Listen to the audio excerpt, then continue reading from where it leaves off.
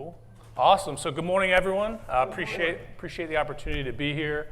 Such an honor to be invited to present Roca's work, not only in Maryland, where the three of us work, but also across the country and the other states that we're serving young men and young women. So my name is Curtis Palermo. I'm the Executive Vice President of Roca, Maryland.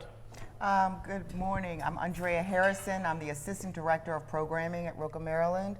Tyrone Kent, Assistant Director of Outreach and Safety. I apologize. So a little Roca 101 before we dive in about what we do and our mission. We've been around since 1988, and we started in Chelsea, Massachusetts, which is about 20 minutes from Boston proper. And initially, that program was to serve Central American young people who were involved in violence or had no stability in their homes, and they needed something to be their rock, right? So Roca is rock in Spanish, and that is kind of the beginnings of what we now see 36 years later. So helping these young people who don't want to be helped, who maybe haven't been able to participate in traditional programming or employment, and for all intents and purposes were forgotten about. So Roca came in, knocked on doors, had intentional conversations about what we could offer them, and gave them hope about what their future could be. So since then, we have now opened in Western Massachusetts in 2011, Boston in 2014, as well as Maryland in 2018, and a standalone young women's program that opened just over 2 years ago. So what do we do?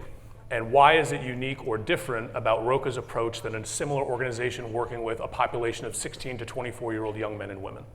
First of all, we target those who are most likely to be the perpetrators or victims of gun violence on our young men's side, and we're targeting young women who may be mothers, but also are involved in this criminal activity or could be connected to a perpetrator or a victim of gun violence, or have some connection to that network.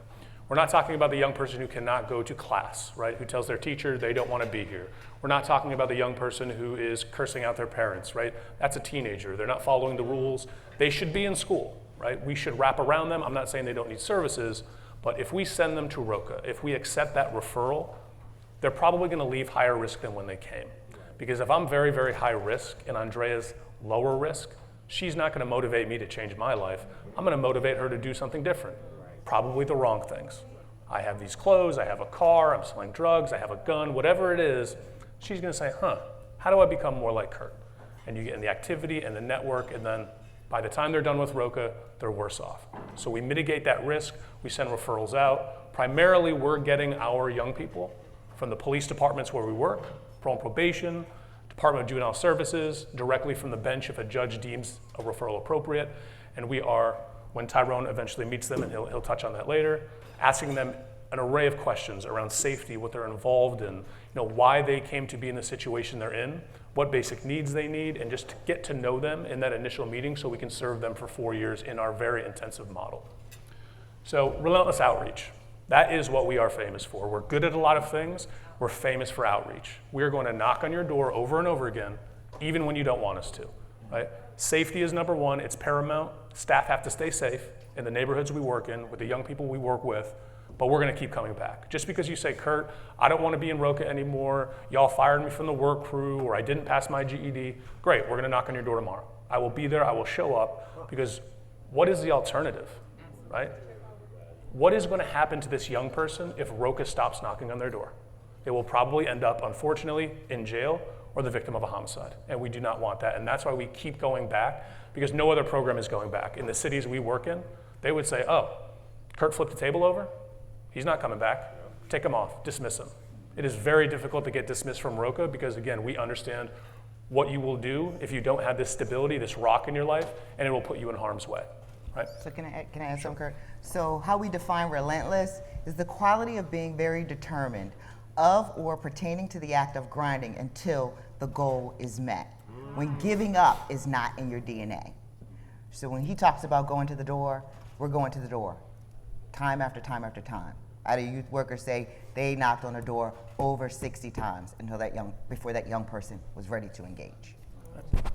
And the reality is, and we're going to talk about so much of this in depth later on, but the transformational relationship is so important. Right? You have to build a foundation of trust with a young person, with anybody, but for a group of young people who feel so left out, they're so traumatized, they haven't had a stable adult in their lives, they're actually expecting you not to come back. They're expecting this blow up, this relapse to push you away. And we're not going to do that. We're going to come back. We're going to be relentless. And the third piece that really separates us from similar organizations is our approach around brain science and trauma, and thinking about trauma really as like fear that doesn't turn off, right? You feel anxious, you're scared, you're paranoid, you think everyone and everything is out to get you, and that response is fight, flight, or freeze. It's reactive. In that moment, I see someone across the street, and I think they looked at me and they're going to do me harm, so I'm going to pull out a gun and shoot them so I don't get shot first. Right? We have young people who have told me, Kurt, I shot this person because I thought I was going to be shot, and it's either me or them. And that is so fast, and you cannot beat your brain. It is milliseconds.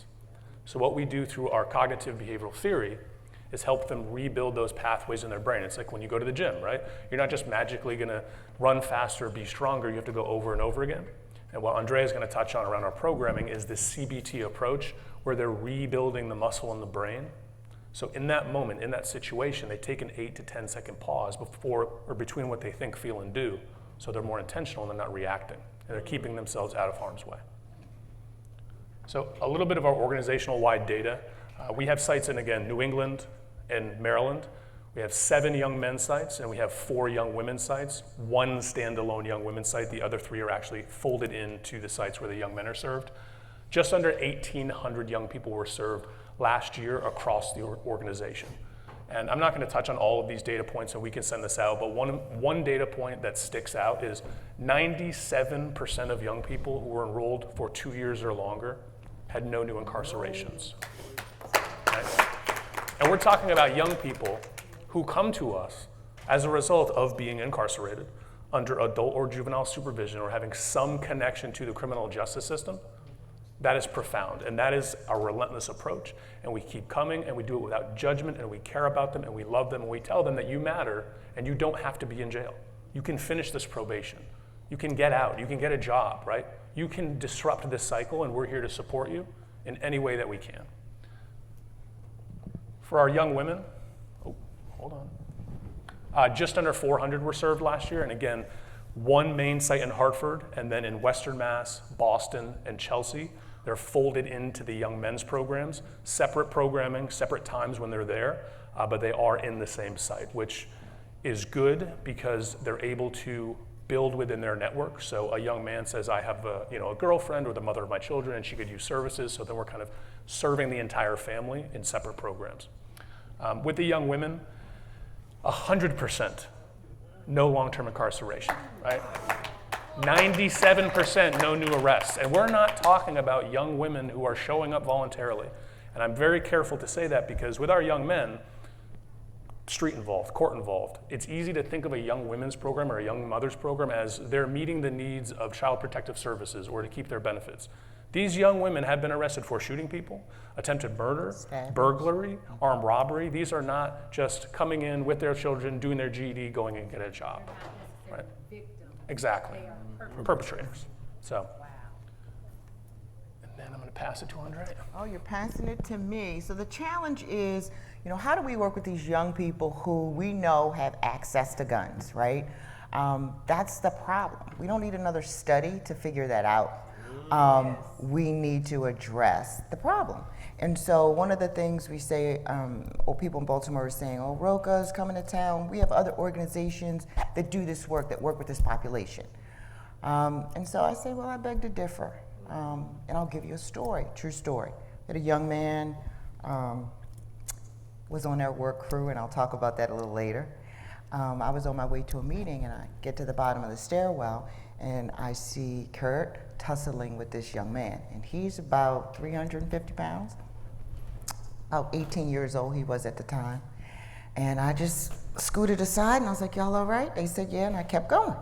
So I knew I'd hear the story later. So Sosa wanted to go back upstairs. He had gotten fired off of the work crew that day. So he lost his job. Now, we give them an opportunity to get rehired, and we have a rehire meeting. But he wanted to go upstairs, get some food, watch TV, but he pulled out a knife, and he wanted, to get upstairs. So we were able to, so let me back up. So when I'm talking to this group of other providers, I say, if a young person comes into your program, they pull a knife on you and spit on you, what do you do? So 99% of them say, we call the police. or we kick them out. And so I say, well, that's not what we do at Roca. You know, we have a conversation. We take the knife, we wipe the spit off, not in that order, not that nice, but that's what happened with this young man. And staff was able to find out that the night before, his parents had put him out. We didn't know that. So he knew he had nowhere to go. Then he lost his job. And so, like, what was going to happen, right? And so we were able to be they were able to be with him in that moment, you know, take the knife from him and have a conversation and walk with him and get him some food and find all this out, right? Calling the police wasn't going to get to that, right? So he was in that, he wanted to flee. He didn't really want to fight. The weapon was just get away from me, let me have what I want. And so our philosophy is things can be replaced. So we can replace a table, we can replace a broken window, but your life is what matters. And we want to help you to stay safe, right? We say we don't sell teddy bears at Roca, we save lives. And it's tough work, and recognizing that we have to take care of ourselves while we're in it, but really helping the young people to slow down to have the conversation. And for a lot of them, they've never had someone care enough to even ask, how you doing? How are you feeling? And so we go through that with them. Sosa graduated Roca last year, and he's working full-time at the Department of Parks and Rec. Wow. Just to let you all know, a little update on that. Yes. So the solution is, you know, we look at the brain science, as Kurt said, and I go out, part of my role is I talk to community providers, do community events, and we speak to the police academy. So all new cadets in Baltimore City get to hear about Roca and what we do, because we partner with the police. That's one of our pillars, is that community engagement. And so we talk to them about, yep, you all refer us these young people, and this is who they are, right? And so I ask the question, you know, what do you know about Baltimore? And people usually say The Wire. And I'm like, yeah, well, our city is more than The Wire. And so let's talk about the wiring of the brain. And what we know is that between the ages of 16 and 24, the brain can change. And so the repetition of us teaching them these 7 CBT skills and us giving them the opportunity to have a conversation or yell about whatever it is, getting them to talk to a therapist, getting them to really recognize what's going on, that they're not crazy, that their emotions are real, and it's okay to have all of them and the intensities of your emotions, right? So it's one thing to just be mad, and then it's another thing to be furious. Do you pull out a gun when you're mad, or are you pulling out a gun when you get to furious? But in between that, we want you to slow down, take that pause, and choose something different. Again, it's your choice, right? So we talk about that top brain is that thinking brain. You and I, we're gonna think about it. We see each other when we're walking down the street, we speak, there's no threat. Young person, like Kurt said, it's a threat. You're looking at me, you know me, we got a beef, right? But no, learning a skill is gonna help them say, well, maybe they're just looking at my shirt and they're admiring my shirt. Maybe they just think I'm attractive or handsome, right? And so we teach them that every thought is not true, every thought is not helpful, and we have millions of them in a day. And so how do you discern? How do you choose something different? And that's what we want them to do. So the middle and that bottom brain are that emotional brain, right? And then that bottom brain is that fight, flight, freeze. They're not able to make rational decisions. And so once they understand this, like I can see the light bulb go off in some of them, right? Just you ask them, how are you feeling today? That's one of our skills, label your feelings. And they'll say good. And I'll say, but good's not a feeling. Mm-hmm. But it's okay that you're good, but let's really look at what that feeling is. Because when you can know what it is, you can choose something different, right? Who's up? You up? What are we doing different? As Kurt and Andrea mentioned, we work with a population of individuals 16 to 24 who are at risk, high risk. Our program is different because we don't focus on the what. You know, a lot of traditional programs focus on what a young person did versus why they did what they did. And so we know that there's some traumas attached to that. We know that the poverty is attached to that, lack of resources, lack of education, and things like that. So we create a safe place for them to feel comfortable and sharing with us what the why is, right? And also implementing those skills that Andrea talked about, the CBT.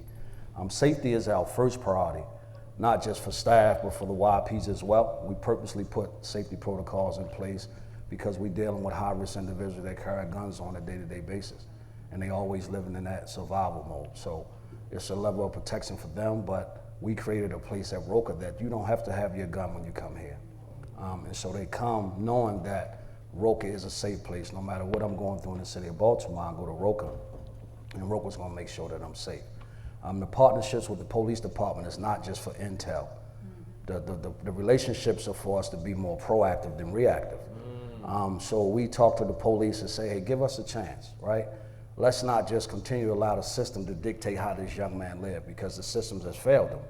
You know, if we continue to police them and we continue to prosecute them and send them to prison, that's old, that's old. So give Roca a chance. And when Andrea speak about we reach for the new cadets, we meet with them to let them know what Roca is doing so they'll be knowledgeable. So when they on their beat and they riding down the street and they see the same individual every day and they know he engaged in illegal activity because it's a way of survival, instead of continuing to put this guy in handcuffs, let me refer him to Roca so he can get those services that he needs.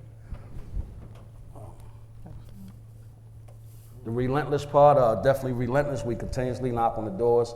Our saying is that our young people will get tired of us before we get tired of them. And again, in life, you gotta understand that these people have had people in their lives that were not consistent. And then when they display certain behaviors, they just leave them to be alone. So we are those people that know that, hey, we're building this trusting relationship because we care. We're gonna continue to knock on the door because we would not be an organization, or we would not be individuals that just come into your life just because we're an organization. We come with purpose, right? And we come in with the expectation of making a change in your life. So yep, you're gonna be mad. I've been cursed out. I've been called names. Staff has been spit on, you name it. Nevertheless, we still there. And as long as we consistent, we eventually get the change that we're looking for. Persistent outreach, I talked on that. We don't give up. The safety and stability of meeting the basic needs. A lot of times when we meet these guys, they need immediate needs met.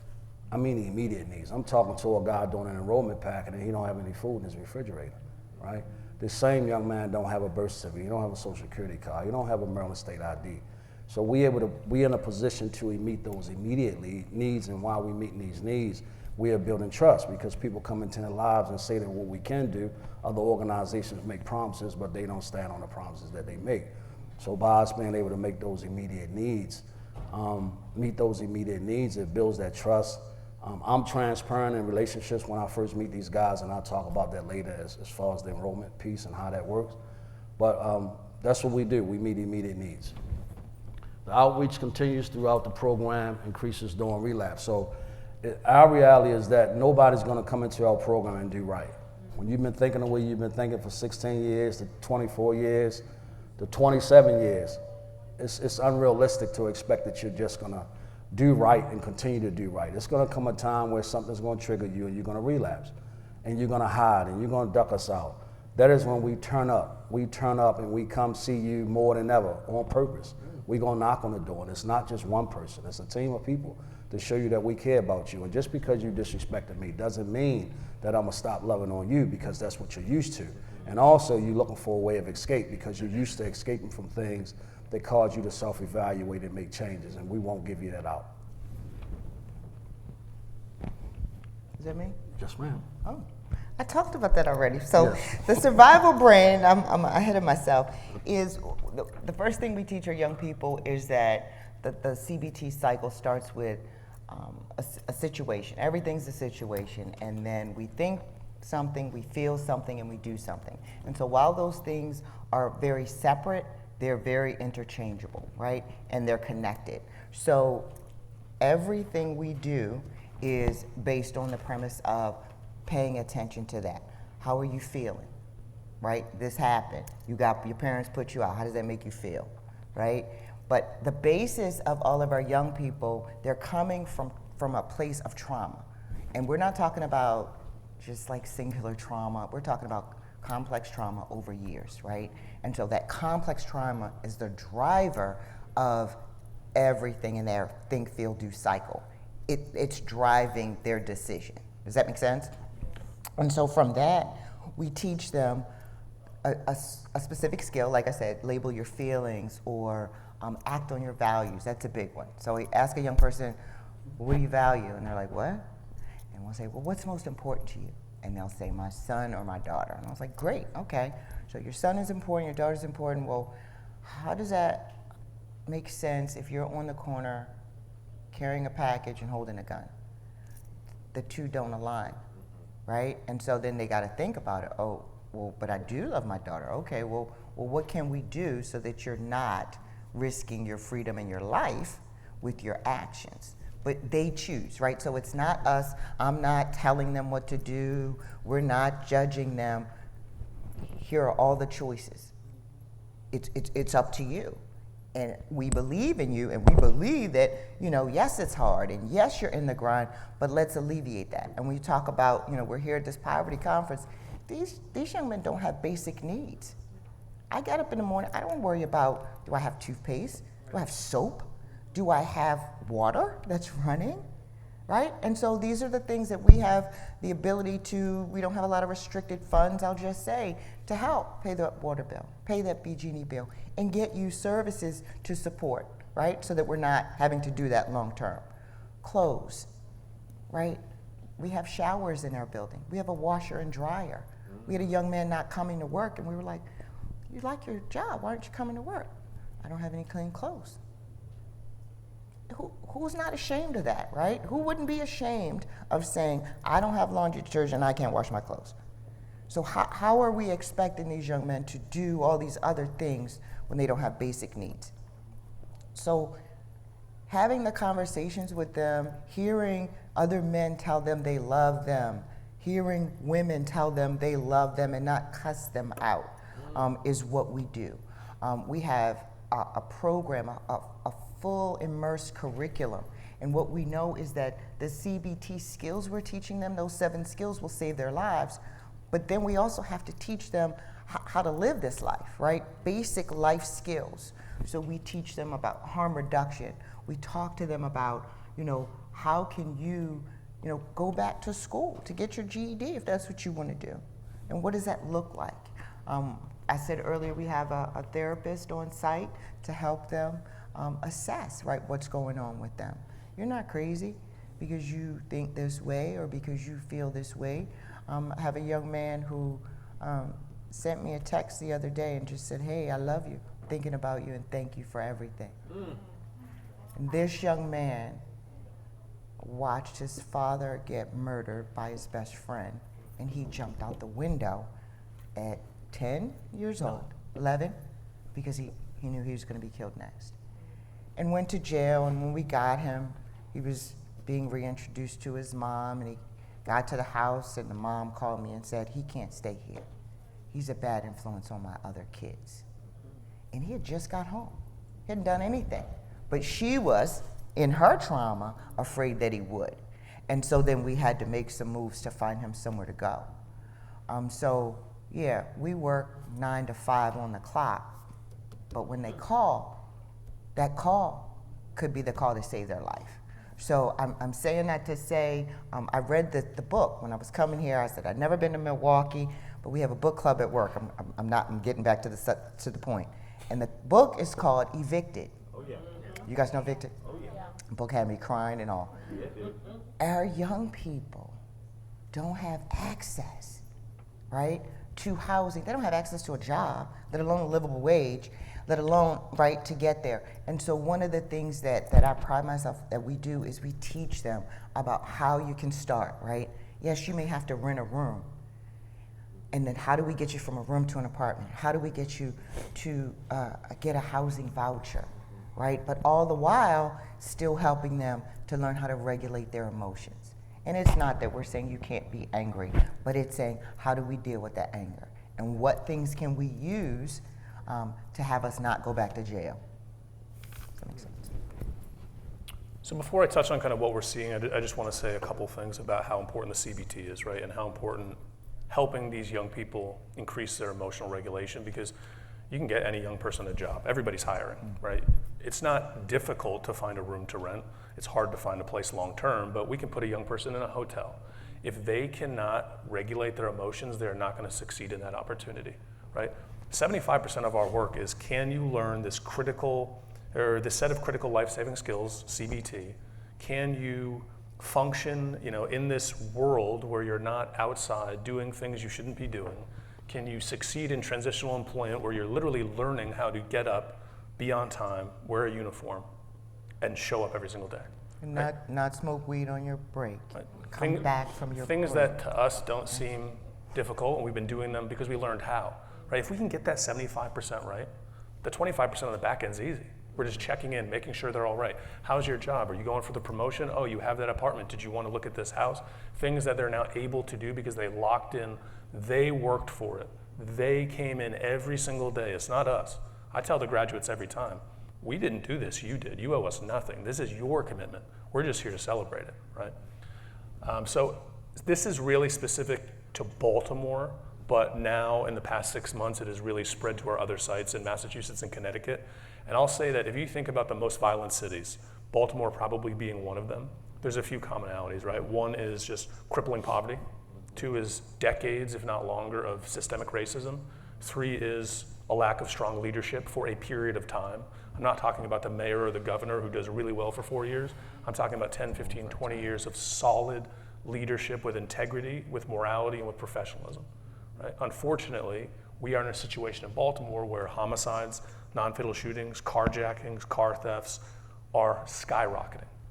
And we're seeing access to guns that is unlike any time before the last decade. Right? Millions of guns are made every year. And I told Tyrone this probably last week, is when you see an article and the police department says they just took 200 or 300 guns off the street, that's not impressive. Because guns last 25, 35, 40 years. Someone's getting killed today with a gun that was made in 2000. Millions of guns are on the street and our young people have access to them. And when they can't access a real gun, they're 3D printing a gun. Right? Our work crews, we meet every morning at 7:30. We're showing them how to work. Come here at 7:30, you're gonna go out, you're gonna do line of sight work, and hopefully you can put enough days together where we're gonna find you employment outside of Roca. Some of these young people didn't feel safe. We checked them, we wanded them, probably about a year ago. That was kind of our go-to, we're gonna wand you, you're gonna come in the building, you're gonna be fine. A wand's not gonna pick up something that's not metal. So they'd have pieces of a plastic gun, and they would hide a clip outside, and then finally they would put it all together and they'd have a firearm. Ty's gonna talk about some safety protocols, but we had to learn that firsthand, is the access to these 3D printed guns was real and it was dangerous. Right? In Baltimore, we're talking about homicides where young people are being shot hundreds of times. Shell casings from dozens of guns. There was a mass shooting 2 months ago where there were 30 victims, 2 were homicide victims, 28 non-fatals, and they said there were upwards of 16 firearms used. Thousands of shell casings on the ground. Right? This is not the same Baltimore or the same country as 20 years ago. Young people, 10, 11, Tyrone and I learned about a young person who's 12 years old.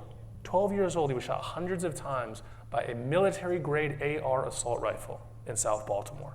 And there's a whole network of 12 and 13-year-olds around him that Roca needs to work with to help them stay safe, move them out of the city, do whatever we can. Right? We're talking about high levels of trauma. Andrea touched on complex trauma that's been going on either directly with them for generations with their family, and many cities across the country are doing things to help, but they're not actually helping the right people. Because if I can sit in Baltimore and look to my left and look to my right, and there's 50, 100 vacant homes, there's no access to services, it's a food desert, there's no public transportation, the education system is completely in the drain, what are they looking forward to, right? That trauma is being reinforced, and most of our young people who don't go to school as much as we want them to, or the young people who aren't necessarily high enough risk for Roca and we encourage them to go to school, look at us like, why would I go to school here? I'm just gonna go squeegee windows, or I'm gonna go sell drugs. It's easier, I get fast money, and I don't have to listen to anybody. And what is that diploma worth anyway? And it's sad and it's frustrating, and they shouldn't have to think that way.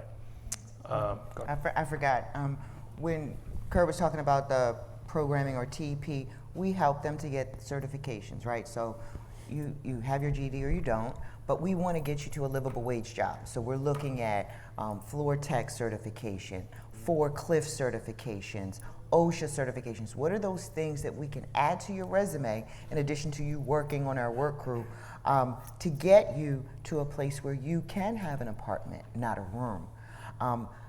getting them to know that, the value of coming to work. We're talking about generations that they haven't seen people in their household work. They haven't seen it, so they don't value that, right?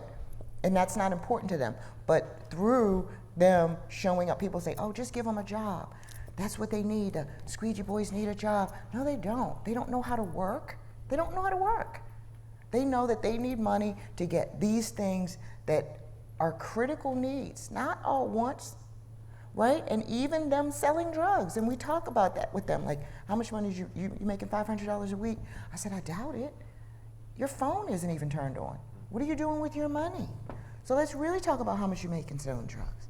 And let's really look at, can you make that amount doing something else? Being an entrepreneur and working on TEP and working at Amazon and whatever, right? So exposing them to those things and really holding a space for them to be mad, right? Because it's not okay, the trauma and all of the things that they've had to go through. And no one ever asking them, are you okay? And how can I help you be better, right? So. Two quick things at the bottom here, and then I'll kind of move on so Ty can wrap us up. Social media, we're seeing it's changing the landscape of violence in many cities, and for our young people specifically, and especially now that the world and the school system has opened up after the pandemic, is just pouring into the other factors of violence, right? Is if Andrea and I had an issue, when I was a kid, if you had an issue with someone, you fought after school, and the next day you were fine. Whoever won, whoever lost, done, right? Few people had guns. Maybe one person out of 10 had a gun, and that was the gun that everybody had. Now it's, I'm on social media, and I disrespect Andrea, and I say X, Y, Z, and it gets 100 likes, goes viral, and now Andrea's people are saying, you have to do something to Kurt, because he disrespected you in front of thousands of people, right? And that hypersensitivity and that bottom brain survival mode thinking has Andrea saying, you know what? I'm going to do something to Kurt, and I'm going to shoot him, I'm going to kill him. Because if he can disrespect me on social media, how do I know he's not going to shoot or kill me? Right? And the base, I'm not disagreeing that paperwork and IDs, Social Security, that is a basic need. Let's set that aside. Emotional regulation and agency is really a basic need that the young people don't have, and we're trying to give it to them, because if they have that, they can be successful. If they don't have that, they're going to lean back into what's comfortable, and that's the thing that's getting them shot and killed. So, and the last piece, especially with our young women, the trafficking, we are seeing a significant uptick, especially in Hartford, which is our newest young women's site. Not just sex trafficking, we're talking about trafficking young girls, we're talking about trafficking weapons, and they're just being pulled in either as the direct victim or the recruiter or the person who's kind of underneath the person running it, and it's a completely different landscape. We haven't dealt with it at that level. So we're working very closely with the Hartford Police Department, the Special Victims Unit, to hopefully get involved in a way that we can carefully insert ourselves and then get some of these young women out of that situation and get them Roca services long term. Again, I'm the slide guy, forgot about that, sorry.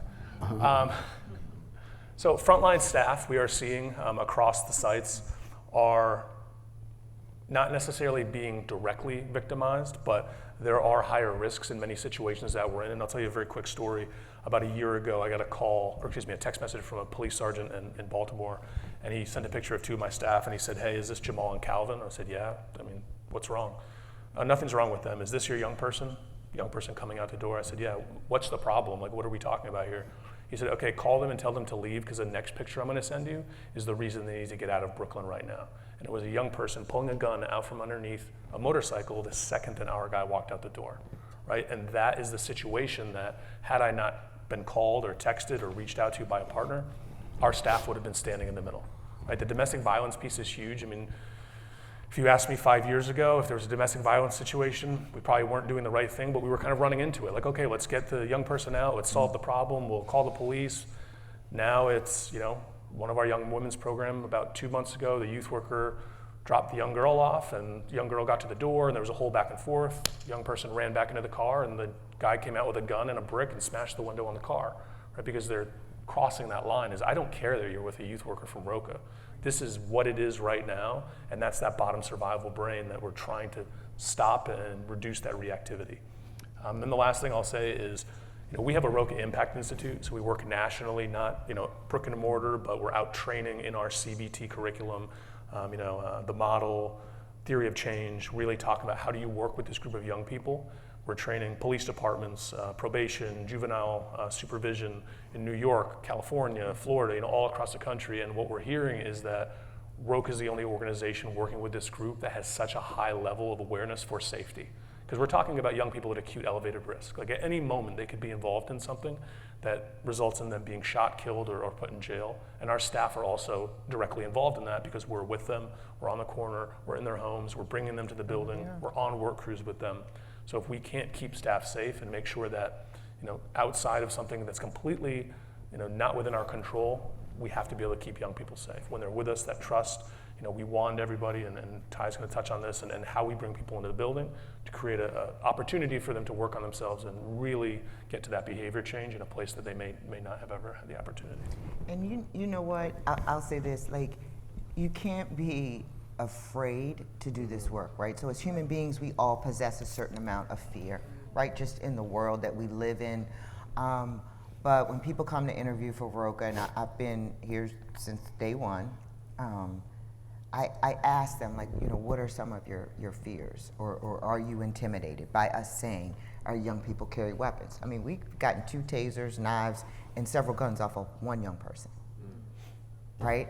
And so making sure our staff knows, right, like, respect goes both ways. Don't disrespect that young person in a way that may cause them to want to pull that gun on you, right? Recognizing that if we build that transformational relationship that we're talking about, they're not thinking about hurting us, but they're going to come to us before they pick that gun up. They're going to come to us or call us and have that conversation.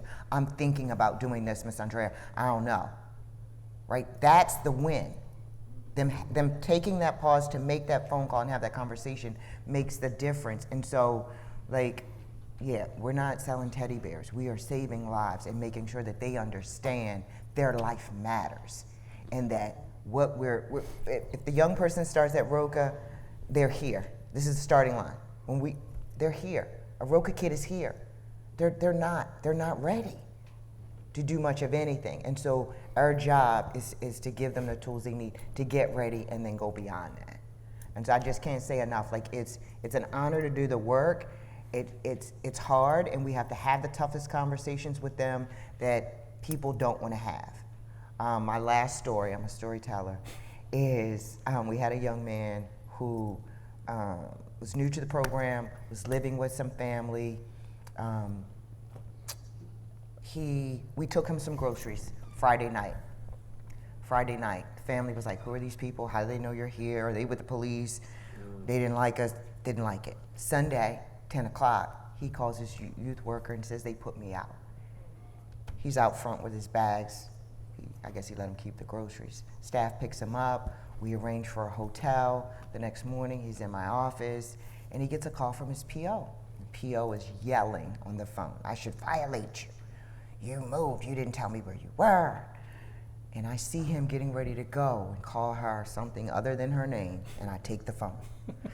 And I say, hey, Agent such and such, this is what happened. He's not avoiding you. He's here. He got put out last night. They put him out at 10:30, and staff had to go and get him. So you can come see him here at Roca, or we can bring him to you. But right now, we have to find him somewhere to live that's safe. So that's the depth, right, of the complexity. Like, if he didn't have Roca, what was he going to do? Because she would have violated him, right? Had I not been able to take that phone call and take that phone from him, she probably would have written that warrant just as nice. But the Roca Impact Institute, thank goodness, are able to go and teach them CBT and let them know that, hey, we're here. You don't have to violate them. You can have a different conversation. So, thanks. How we responded, before I touch on the things on this slide, I just wanted to add some more information in reference to what Ms. Andrea's team does. We also give the young men an opportunity to get a trade, a vocational trade, as well as we so invested that we meet with employers, and we have a program called Bridge to Succeed, Bridge to Success. Mm-hmm. And we cover the salary for 60 days, and we may extend it to 90 days, just to show the employer that we're definitely invested in our guys, and we're gonna take the financial burden off of you, but If these guys succeed, if it's what you want, then we ask you to honor that and give this person an opportunity to work for your organization. So I just wanted you guys to know that we do that as well. Since I want to say January this year, Kurt brought me over to the team. I was part of another organization. He and I built a relationship 2 years ago. And as of January, I was a part of Roca. And we started having conversations. Every conversation we heard ourselves talking about safety. And so at first we had staff that, were searching guys, right? And then our reality was that, hey, some people search because they have to search. Some people don't really want to search. But we need to really, really turn the needle and hire somebody specifically every day at the door that's thorough with searching. Because again, when Kurt spoke about the 3D guns, the ghost guns, you can't get that on a wand, right? And staff was okay with wanding, but those guys will tuck those things and they be able to get in the building. So we were able to hire additional staff as far as safety is concerned. And because we started in Baltimore, it opened up the eyes for our other sites in other cities to say, hey, we didn't consider this at first, but you're absolutely right. We can't keep saying what didn't happen. We need to prepare for, we need to be more proactive, if that makes any sense, than reactive. So safety is everything. Even with the outreach workers, we have safety meetings on purpose. We have a chat where we communicate safety concerns in the community. Sometimes we got to call off outreach in a particular area because the area is so hot. So we consider our staff. Yeah, we understand that we have to do this work, but we have to do this work in a safe manner. So if things are hot in a particular area, we just shut it down for that day, or maybe a week or so, 2 weeks if necessary, depending on the severity of the issues, and they just can't go into those areas. And we have conversations simply about how we go into the areas, understanding that we gotta be mindful of who's moving on the block when you come. If you see a guy walking down the street in the summertime with a full black sweatshirt on, with a hoodie on, with a mask on, and he got his hands in his hoodie and he won't keep still, then probably that's a day that you don't need to go see your participant because something is going on. Be mindful of how you park when you pull up in these communities, right? Because you have to give yourself a way of escape. And again, we focus on safety like no other because of the high-risk individuals that we service. And my reality is that these guys are gonna tell us what they wanna tell us, right? But it's up to us with that skill set to be able to pick up on the things that they don't tell us, right? Is this still my slide? It is. I'm talking about, you moved the wanding. We talked about that, searching the bags. We also recently just had a conversation about cell phone usage in the building. So we realized that when guys come into the building, even though we have safety protocols, like we have a chat. If a guy say that he has an issue with East Baltimore, and we have a guy in the building from East Baltimore, when that chat comes through, say, hey, bring in Ty to the building, he have issues with East Baltimore. Whoever's in that building, monitor the person that we have in the building from East Baltimore and send a chat back out. Hey man, take Ty to lunch. We know what that means. Hey, spend some extra time with Ty so we can make sure that this guy is out of the building, even if it's not that guy that he's in conflict with, because he let us know during our enrollment packet that he had issues with this particular area. Our goal again is to make sure that Roca is safe at all times. So that's it for the PowerPoint. I don't know if That's there's it? any questions? Any questions? So many We questions. can't really see you. I'm gonna be We can't completely see y'all, so let's start over here and go to Yeah, right. we'll go around. Let's go. Yes. honor system. Tell us your name. Okay, my name is Celia Jackson, and I'm so glad you're here. I mean, I've kind of followed Roca a lot over the years, Molly Baldwin, New England, the whole 9 yards, and have always thought that that model was a really solid model. So I have many questions, but I would just ask this one. So my question is the capacity issue, because we're, as you describe all of the needs and things to address with respect to the young people that you're working with, the needs are so great. And I guess I just wonder about the capacity to be able to address that, and how impactful, given the large numbers that we have and the ability to address the needs at the level of which you were dealing with. So I'll say a few things. One is there is definitely a capacity issue for how many young people we can serve. And unfortunately, It's not unique to Baltimore, it's in many of our cities, not all, but other agencies or organizations just kind of send young people to Roca. Regardless of our referral form, the criteria, we have a point system for risk. It's take all of these young people, Roca can serve them. So then we send them back and say, hey, Kurt and Andrea definitely a fit for Roca, Ty's not. We don't really know what happens to Ty, but at least in Baltimore, I can tell you that there aren't programs serving those young people. So unfortunately, until those agencies like the Department of Juvenile Services, Parole and Probation, I'm not knocking them because they're great partners, but they have to build something out for the young person who, first of all, isn't even 16 to 24, or second of all, doesn't really meet our criteria, should be in school or another program. The second piece is we're not going to outpace ourselves. We get offered opportunities all the time, especially in Maryland. We started in Baltimore City. Baltimore's a very confusing area where you're in Baltimore City, then there's Baltimore County and all these counties around.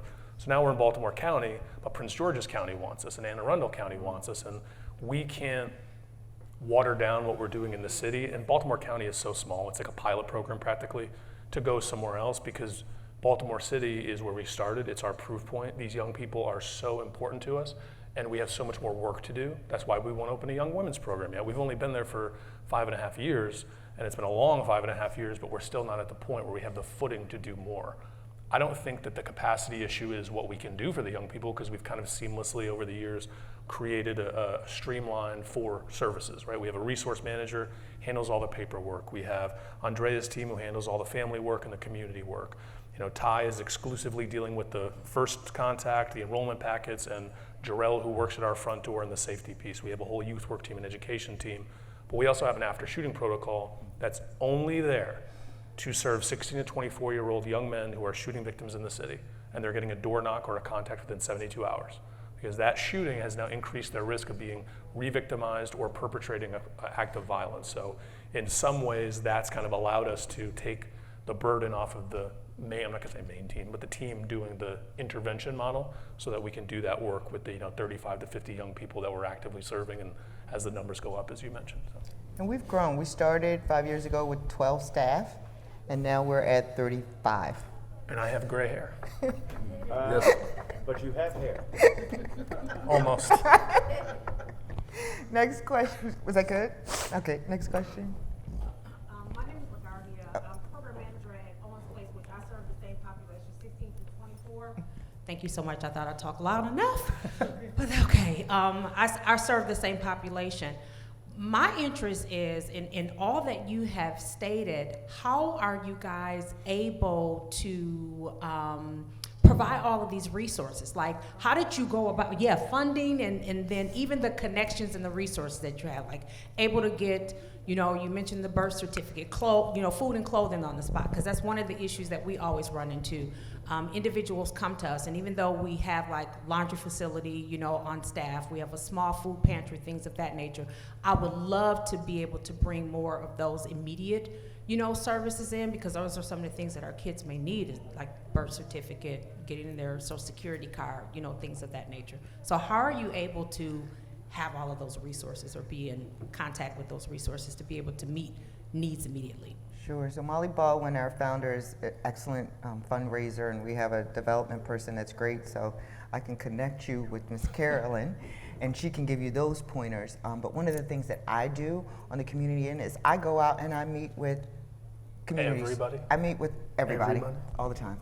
But when we first started, I went to Department of Vital Records, and I talked to the decision maker, and I said, hey, this is our program, this is what we do. And we need to get birth certificates on a regular basis. How can we do that kind of in a streamlined way? And so we were able to hash that out. And now, at that point, when we first started, we paid the $10 for the birth certificates. Now, we go all the way out to Silver Spring, and we get them for free. And so they should be for free. IDs are free. If your person is homeless in Maryland, IDs are free. So it's having those intentional conversations with people, asking for donations. I go to grocery stores and like, can you donate us a case of bags? This is what we do. I'll give you a donation slip. But it's having the conversations, being intentional about your funding, your fundraising, and then, just ask. Like, don't stop asking. And when we first came to Maryland, there was kind of a false start in 2013, so we were going to come, there was a change in administration, it didn't work out, so fast forward to 2017, and there was kind of a three-way conversation, Chicago, New York, and Baltimore. And Molly is from Baltimore, and that was kind of her interest, was to go home and say, I've been doing this for the past 30 years at that point, and it works. And we wanted to prove that we could do it out of Massachusetts, because that's kind of the criticism, is, oh, you can do something in your home state, can it work outside of that safety net? Chicago was not necessarily in the final running, and New York, if you know anything about their programs, they have so much money. It's like an infinite amount of money for youth programs, but there was so much red tape, and it kind of became a situation where whoever can get us the funding and what we need the funding for, and also this list of XYZ, we will have that final conversation. And New York was not able to do that, and at the time, Mayor Pugh sat down with the Greater Baltimore Committee and said, look, the city's gonna put up X amount, and I'm looking at all of you, the top level business executives, foundation heads, to do the rest. But Molly said, I'm not just asking for 1 year. This is a 4-year intervention model, and I will not come to a city unless we can finish the work we started with that first group. So we got that 4 years, which, as the person who moved to Baltimore to do this work, I didn't think it was gonna happen, and I was kind of just in Massachusetts working and didn't think I'd be moving, and then all of a sudden it was get a Hopkins sweatshirt because you're going to Baltimore. Yep. Since then, it's the foundations, the Department of Justice, the state of Maryland line items. I mean, really just getting this pot of funding allowed us some breathing room to hit the ground, have these conversations, present at different varying conferences or groups, and really talk about the intentionality of our work. And I'll say about the resources, like, I'm the most frugal person in the organization. Like, I don't want to spend $25 on something that's meaningless, but if it's $25 for an ID, I don't know why you're asking me. Like, go get the ID, sense of urgency, this young person needs it, and we have to do it so that they can continue that behavior change process and not get, I don't know what the word I'm looking for is. Mm-hmm. There you go, yeah. Sure. Yeah. Question. So, thank you for coming. I courted, I begged, I called in favors, called Elmer Moore Jr. Who do you know that can get me to Roca? Listen, there are two things. One of the things that doing my research on Roca, I noticed that you have one of the most comprehensive collective of board representation, number one. In terms of the community touch points that have to be present for something like this to happen. I want you to please talk about, number one, how you made that happen, because only when that happens can you execute something like this. But then number two, y'all offer training to organizations to use this model. Mm-hmm. Let's talk about that, because our long-term goal, we talked about it, is to connect you with whoever we need to. SDC does not profess to do everything, but what we do tout is we will connect you to who is the best at doing it, okay? So in terms of the board, first of all, if you know anything about Molly, and it sounded like you did, she invented Relentless, as far as I'm concerned. And it's not just for the young people, it's with everybody. She kind of jokingly calls it legal stalking. Right? The young people are the easy part, right? We'll go knock on doors, get in the car, go find them. But you have to be that relentless with community partners, with the police department, with potential board members. And even just this past Monday and Tuesday, we had our national board meeting hosted in Baltimore, where the Massachusetts and Maryland board came together, and we had these conversations. And you're seeing people who have been in the work for 10, 20, 30 years across different industries and different platforms, in law enforcement, exactly. Because it's not, Roca is unique because we have frontline work, and then we have high-level systems change. And it's not one or the other, it's how do we do this to bring them together, because without the high-level systems change, this frontline work can't continue, and these young people will not get the services that they deserve and they should have had long before they ever met Roca. In terms of the Impact Institute, brick and mortar is so difficult. There are so many logistics that go in with it, staffing, finding a place, all these other things. So Baltimore, more or less, was set to be the last brick and mortar men's program. We have the Hartford program 2 years later, but the Impact Institute has given us national reach, right? We're able to train not just similar organizations in CVI, community-based organizations, but we are literally training every single juvenile probation officer in the state of Maryland. We are serving New York's entire probation department. We are in San Francisco talking to the DA's office, probation, having conversations about something that works, and we've seen it in Baltimore, we've seen it in Massachusetts, and now in Connecticut. And it's not that Roca knows how to do it best, this is how we are seeing young people change, but you can't force it, you can't judge them, and you also have to embrace it. Because if you're in this cycle of bottom brain survival mode as a probation officer, like Andrea said, of course you're gonna violate a young person and write them up a warrant. But it's when you actually have some humanity and you say, you know what, Kurt lost his house yesterday. Maybe I should give him a break. Maybe we should have a conversation so I can actually see, is he all right? Like, how are you feeling? And then we'll get to the rest. And that's what we're seeing is these agents who have bought in, whether it's juvenile, adult, police officers who are coming to the graduations we're having and taking selfies with young people. Like, this is like the wildest thing for our young people, is that they're actually there not to lock them up. They're there to keep them safe and celebrate their victories and celebrate these successes and accomplishments, which they should have and they should feel comfortable. So that Impact Institute work has been profound, and we're only now just getting traction with it, truth be told, because we literally started it February of 2020, so there was kind of a hiccup there, if you know what I'm saying. But now we're able to get out there in person, do the site visits, do the trainings and the follow-ups, and it's not just on a Zoom, it's we are going to fly staff to where you are and go into the community and have conversations and build that relationship that isn't just the length of the training, it's a long-term, lifelong relationship. So I'll make sure you get Betsy's number so you can contact with her. So I'm going to steal the privilege while I have the mic. I'm going to pass it off to a couple more folks. But y'all, I'm from Baltimore. Yes. I want to say to y'all, Milwaukee, yes, everything. The similarities between Baltimore and Milwaukee are profound. Profound. We're smaller here. We have a different set of conditions that created the issues. I'm going to say this because the door is closed. There's more people in here than I realized. One of the differences is Baltimore has an East Coast mentality and Milwaukee has a Milwaukee mentality. Baltimore believes it can be better. Milwaukee is not yet convinced. So you talked about those generations of folks that have never seen family members work. We're talking about generations that have never seen success in their community of any type. They don't have a story of a family member who went in, came out, and succeeded.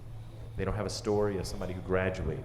They don't have a story of somebody whose business was successful. Like it can be at times extremely discouraging. I am elated about what y'all are doing. I'm so excited about us working together. I don't know how it's gonna work yet. Yeah, we'll figure it out. But we're gonna figure it out. I've been telling you. It's gonna be for real. And I'm gonna just say too, because I'm board chair, and I show up from the Milwaukee equivalent to the Greater Baltimore Committee. Like, I know those folks. Mm-hmm. That equivalent is what appointed me to the board for SDC. And I show up, I'm usually wearing a suit, and people think, oh, he don't know anything. What you all are discussing hits home so hard, so hard. My nephew, 2 weeks ago, just got sentenced to 2 years because he was caught with 2 guns. One of them is a ghost gun. Like, it's in my house. It's in my house. And I'm like, damn, I wish. So,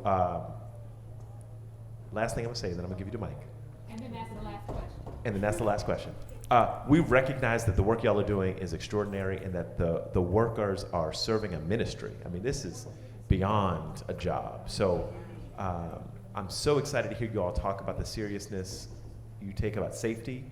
I'm presuming that is physical, emotional, and mental safety as well, because it can get discouraging. Mm-hmm. So there are people that support you from afar. Just want to mention that to y'all individually. Yep. Real quick before the question, so you said that they don't have these examples of the positive, so-and-so went to work or went to school. We had a young man, he was one of our first young people we ever got in Baltimore. His name is Sherman, and he was shot 9 times at point blank range in February of 2020. That was probably the worst example of gun violence I had seen up to that point. Seeing him in the hospital, I thought we were gonna lose Sherman. Like, the team was ready to lose Sherman. Like, we had a circle, healing, talking about it, and Sherman pulled through. And I saw Sherman probably 2 months later. It was like he wasn't shot. And he said, that was my wake-up call. When Sherman graduated in September of last year, he did a little interview video, and he said, when I woke up when I was a kid, I didn't see my father go to work, and he didn't see his father go to work. But guess what? My kids, when I get up in the morning, they're gonna see me go to work every single day, and they're going to go to work. And this is the same young person who 2 years before was, repping a set and, like I said, was shot because of things he probably shouldn't have been doing, and definitely not going to work. So. Well, again, thank you, Jay, WCS. You answered a lot of what I was going to ask, but I guess my question, real quick, Ms. Andrea touched on it a little bit, but how do you find and train your staff? And the reason that I ask this question is because it takes more than just somebody having compassion to do this work, or just saying, I want to work with kids. So you talked about, or being degreed, talk about, having, the humility to get spat on. You know what I'm saying? Or do wine searches. So, and I know you said right now you have like a staff of about 35 that go out and help train. But just a little bit, a few nuggets on what you look for and how you find and train staff to be able to do this type of work. Because also too, we have constraints with funding that say they don't want you to hire certain type of people that came out of the situations that you're trying to put the people in.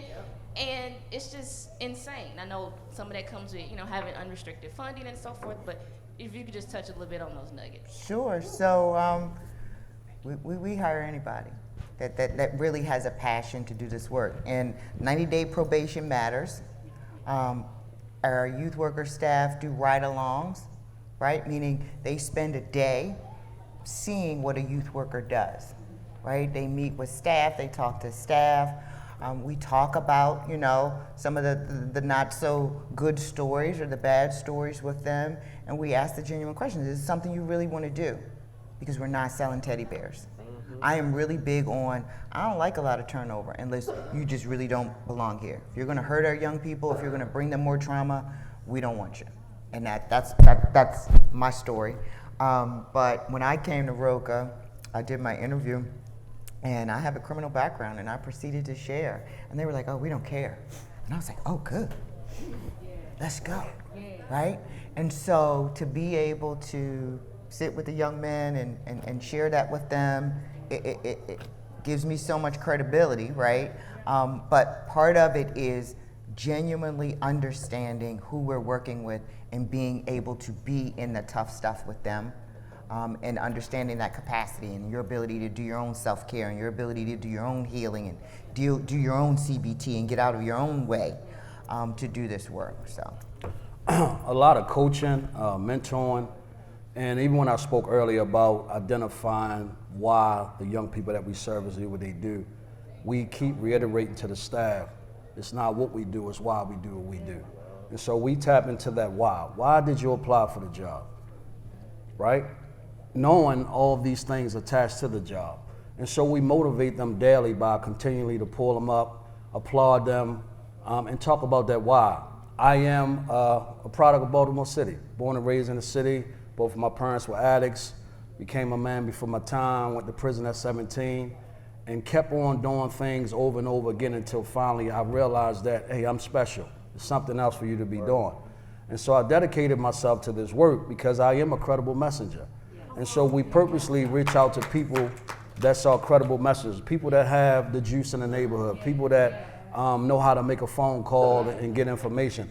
So those are the people that we target. We do a lot of zip code hiring and things like that as well, because you want people that's going to be effective in the work and people that's not scared. Even when it comes down to going to the community, right?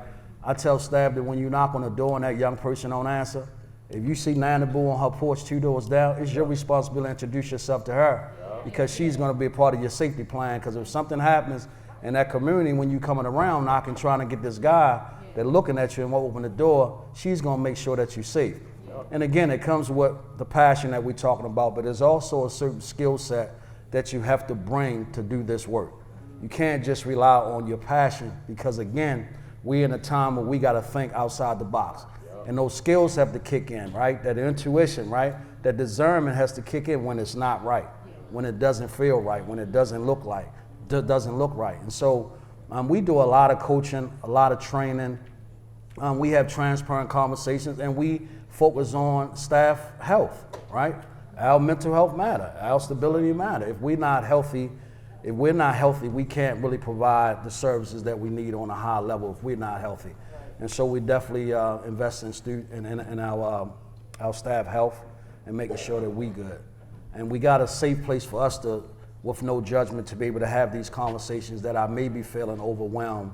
And you know what I mean? So that's what we do as it pertains to retaining and recruiting staff. I'm sorry.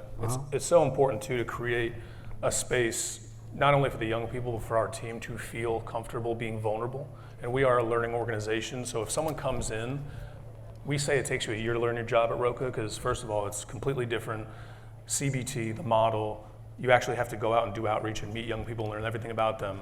And then finally, at that 9-month mark, you're gonna hate your job. We say it all the time. You're gonna be like, why did I come here? Why did I take this job? I'm doing nothing right. Because there's so much coming at you, and we're supporting staff. And then at a year, it's like, oh, okay, I know what I'm doing now. I'm gonna go do my job. I'm gonna do the best that I can, and all of this teaching and learning and coaching and mentoring and support and hard conversations, right? Clear as kind. I do not sugarcoat things. There's no gray area.